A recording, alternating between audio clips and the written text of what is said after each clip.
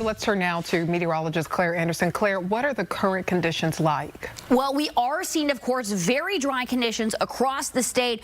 Not as dangerous as what we saw on Saturday, and we do think that really played a role in our major fire spreading on Saturday. Let's talk about some of those wildfires here across the state.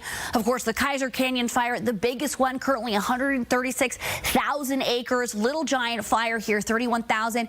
Modrite fire, 51,000. And then the Old Trails fire, which is over in Spokane. I want to get closer here because here's the complex of fires we're talking about. 3 separate fires. The Autumn Lane fire, around 5,000 acres in the northwest corner. You've got the Old Trail fires, which is over 3,500 square acres.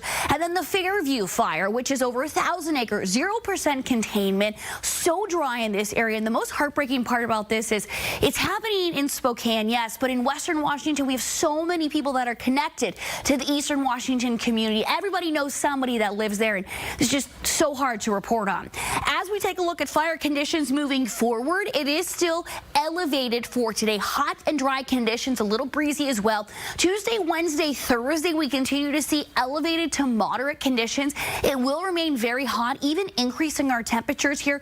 Heading into the end of the week, we'll see increasing winds as well. So definitely seeing a lot of that, and very smoky out in Spokane for today, of course. Poor air quality across the state now. So let's turn to meteorologist Lona McCauley, who's taking a closer look at the air quality across the state.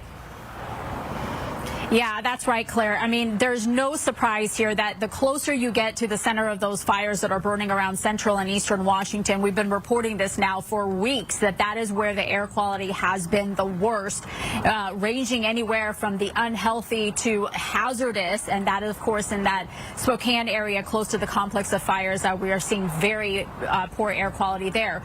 We've been relatively lucky here in parts of western Washington until right now, because we've got that ridge of high pressure that's going to bring that northeasterly wind, and a lot of that smoke in the next several days are going to continue to pour in. In fact, we've already got hazy conditions outside today. We started to see some of the light smoke arrive yesterday evening, and then a little of that milky sky as you made your way out and about early this morning. And then in the coming days, because we're going to watch for that smoke to continue to increase, the air quality will continue to get worse. So for a result of that, we do have that air quality alert that officially went into effect at noon today. It's going to stay with us all the way through 5 p.m. on Wednesday. Here's a look at that smoke forecast. So you can see with those winds blowing in that northeasterly direction, we will see some of that thickest smoke that we've seen really so far all season long moving its way into the western Washington and Puget Sound region. So if you know that you have sensitivity, some respiratory issues, maybe asthma, things like that, you're going to really want to limit your time outdoors here in the coming days. Onshore flow will start to take over toward the end of the week, and we're going to try to get some of that smoke out of here. So we'll continue to keep you posted. Alona, thank you. This afternoon, all of our local congressional leaders are calling on President Donald Trump to approve Governor Bob Ferguson's request last night for an expedited emergency declaration. In the letter, the state delegation writing, quote, while local, state, and federal resources deployed quickly to respond to the wildfires, federal assistance is needed as firefighting, evacuations, and emergency shelter operations are ongoing. Expedited federal assistance is critical and will help firefighting crews continue to suppress these persistent wildfires and protect the businesses, farms, schools, healthcare facilities, and residential homes from devastation, all while ensuring those displaced by the fires have the support and resources they need, end quote.